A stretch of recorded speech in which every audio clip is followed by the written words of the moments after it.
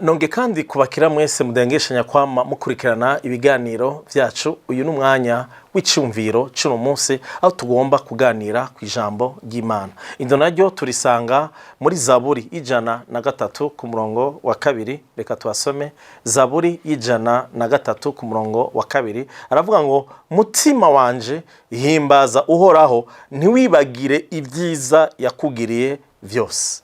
Reka dusubiremo, mutima wanje himbaza uhoraho, ntiwibagire ibyiza yakugiriye vyose. Nagomba ijambo ry'Imana tugomba kuganira kuno munsi, tuganire kuri iki kintu cyo kuvuga ngo kutibagira ibyiza uhoraho yagukoreye. Nagomba ndakwibutse yuko umuntu wese arafise ibintu kanaka ashira imbere y'Imana nk'isengesho, avuga ati Imana ndashaka yuko unkorera iki niki.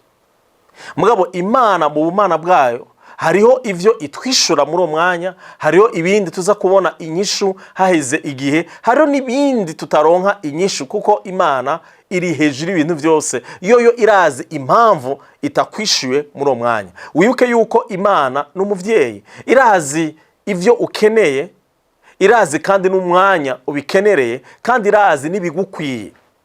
Jewe nk'umuntu w'umuvyeyi, hari ibintu umwana wanje ashobora kunsaba kubera ko kumbure vyavuye mu vyifuzo vyiwe, kumbure kubera ko yabonye abandi bana bameze ukuntu bafise ibi nibi, agacaza kunsaba ibi nibi. Mugabo je nk'umuvyeyi mbanza kuraba mbega iki kintu nirakimuha kiza kumumarira iki, mbega ari ikintu kanaka kiza kumufasha.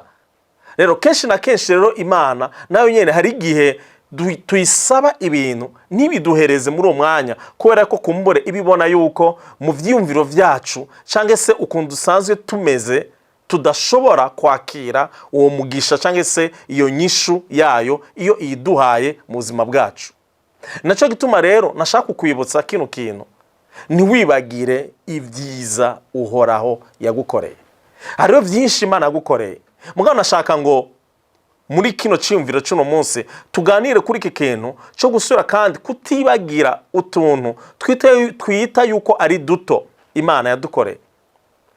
Kuko rimwe na rimwe hari igihe ushaka kubwira abantu ati ni mushinga intahe y'ivyo Imana ikirakora mu buzima bwanyu, mugabo abantu bagashaka kurondera ikintu kinini cyane.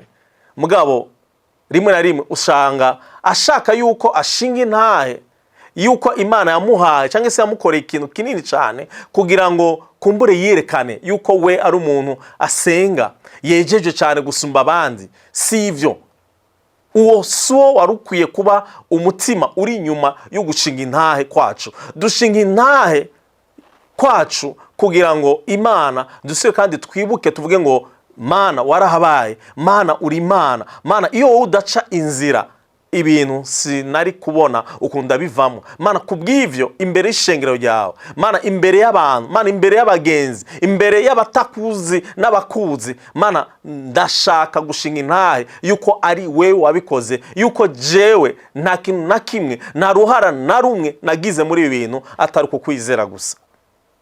Nico gituma rero nashaka rero ngo usubire kandi wibuke utuntu duto Imana yoba yarakoze mu buzima bwawe. Nagomba gusa ndakwibuse ibintu bimwe byitwa yuko ari bito mugabo kandi bihambaye. Ikintu cyambere nashaka kukwibutsa nizo mpwemu uri kurahumeka muri kakanya. Nimba uri urambona, nimba ushobora kunkurikirana, nuko ushobora no guhumeka. Rero izo mpwemu ni ikintu Imana iguhereza ku buntu. Simpaka usenge, ariko Imana irabiguhereza kuko mu buryo yakuremye yarategekanije yuko utegerezwa kugira système respiratoire, utegerezwa kugira uburyo kanaka bwo guhema. Rero ivyo vyose Imana yabiguhaye. Mbega uribuka gufata kanya ko gushima Imana yuko yaguhaye guhumeka. Imana yakuremye mu buryo butangaje, mu buryo buteye ubwoba, ku buryo itashatse yuko usa n'uwundi muntu uwo ari we wese kw'isi.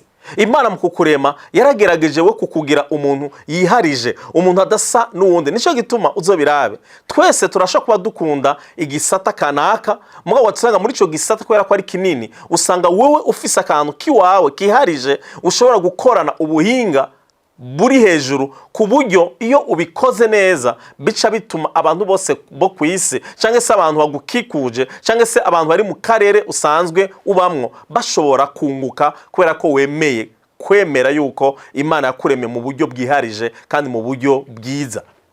Icyo ni ikintu cya kabiri. Nicyo gituma rero udakeneye kubanza kwihindura, gushaka kwigana abandi, nkumva ngo ndashaka kumera nk'ujya wundi ushaka kumbure kwigana nawe afise ukundi kuntu ameze kwiwe. Ntushaka kumwigana ngo bishobore, kuko Imana mu buryo yamuremye ujya muntu yaramuremye mu buryo bwiharije ku buryo atawundi muntu n'umwe ashaka kumwigana ngo abishobore. Abantu nivyo bashaka kugerageza, mugabo ujya muntu aguma afise akantu kiwe gatandukanye nakiwawe, gatandukanye n'abandi. Nagomba ngo ico kintu kigira kabiri, kuba Imana yarakuremye mu buryo bwiza butandukanye n'abandi, ufata kanya wishimire. Ureke gusubira kandi kwiraba uvuga ati ngo nibaza yuko je ntakwiye, je ntari mwiza, jewe kumbure kwereka ntavukiye muri kijya gihugu, ntavukiye muri ya muryango. Nagomba ndakwibutse ngo Imana ntiyigera yihenda. Uko kuntu yakuremye neza cyane. Ahubwo fata kanya ushima Imana. Fata kanya uvuga ati Mana ndagushimiye yuko wandemye mu buryo buteye ubwoba kandi mu buryo bwiza. Mana wandemye mu buryo bwiharije. Mana kubw'ivyo ndaguhaye icubahiro. Mana ndagushimiye. Muri iki jambo turiko turaganira. Turiko tuganira kuri ijambo ngo ntiwibagire ibyiza byose Uhoraho yagukoreye. Aha rero gusa nako ndakwibutsa ibintu bisanzwe mugabo tutibuka, twirengagiza. Icambere navuze ngo izo mpwemu ufise uri kurahumeka muri aka kanya ni mpwemu Uhoraho aguhereza ku buntu. Ica kabiri, Imana yakuremye mu buryo butandukanye n'abandi bantu. Urisa, nta muntu n'umwe ameze nkawe ku isi. Rero niwemere ushima Imana yuko yakuremye neza. Haleluya. Ikindi naco kigira gatatu, kumbure kiza kugutangaza. Imana mu buryo yakuremye kandi kugira ngo ube umuntu azana inyishu zitandukanye z'ibibazo biri hirya no hino, ibibazo biri mu kibano, ibibazo biri sinzi ahantu kanaka, ahantu usanzwe uba, ahantu usanzwe usengera, ahantu ugendera. Nico gituma reka ndabakarero, nico gituma iyo uri kuragendagenda haba mu ibarabara, ugenda n'amaguru, ugenda no buryo butandukanye bwo kwiyunguruza, hari ibintu ubona bikubabaza ariko ugasanga abandi babifata nk'ibisanzwe. Wewe igituma bikubabaza nuko Imana muri wewe yarashizemo inyishu ziza gutuma bijya bintu bikubabaza wowe uhaguruka ngo bitorere inyishu. Haleluya. Haleluya. Nagomba rero ngo naco kintu kigira gatatu, usubire kandi ushimira Imana. Uvuga ati Mana ndagushimiye yuko nshobora kubona hirya no hino ahantu hari ibibazo kandi nkumva yuko ivyo bibazo bindagishinga, ni je bibabaza, kandi Mana ndagushimiye yuko no muri jewe washizemwo imbuto zitwa inyishu zizo bibazo. Haleluya. Aha rero gusa ndiko ndakwibutsa ibintu biri basic, ibintu bisanzwe. Nagomba rero ngo uje kure, usubire kandi wibuke n'amasengesho rero, ivyo wasavye Imana, ivyo Imana yagira akora, usubire kandi Imana ugire gute, wishimire. Hano Bibiliya atubwira ngo ntiwibagire, wibuke ibintu vyose vyiza vyose Imana yakoze. Ese icompa ugafata umwanya ukicara ukibuka ivyo Imana yagira gukorera, wosanga ari vyinshi. Ivyo navyo bice bikuzana gusura kandi kwizera Imana yuko na vya bindi Imana itarishura, na vya bindi bitaruguruka, wizere yuko Imana ari Imana nziza, ari Imana ikwitwararitse kugira ngo ugire gute, iguhe ivyo bintu ukeneye. Nico gituma ijambo ry'Imana rivuga ngo uhimbagwe n'Uhoraho nawe azoguha ivyo umutima wawe wifuza. Nagomba rero kurangiriza ngaha, sura kandi kukwibutsa ngo ntiwibagire ivyo Uhoraho yagukoreye. Kura amaso kuri ivyo vyose bitarakunda, kura amaso kuri ivyo vyose biguca intege, ariko wibuke muri vya bindi vyitwa ko ari bito Uhoraho yamaze gukora. Wibuke za ntsinzi Imana yaguhaye muri kahise, usubire kandi uyizere. Mugabe imbere kuyizera wanze wishimire kuvyo yakoze. Imana ibahezagire, tuzosubira.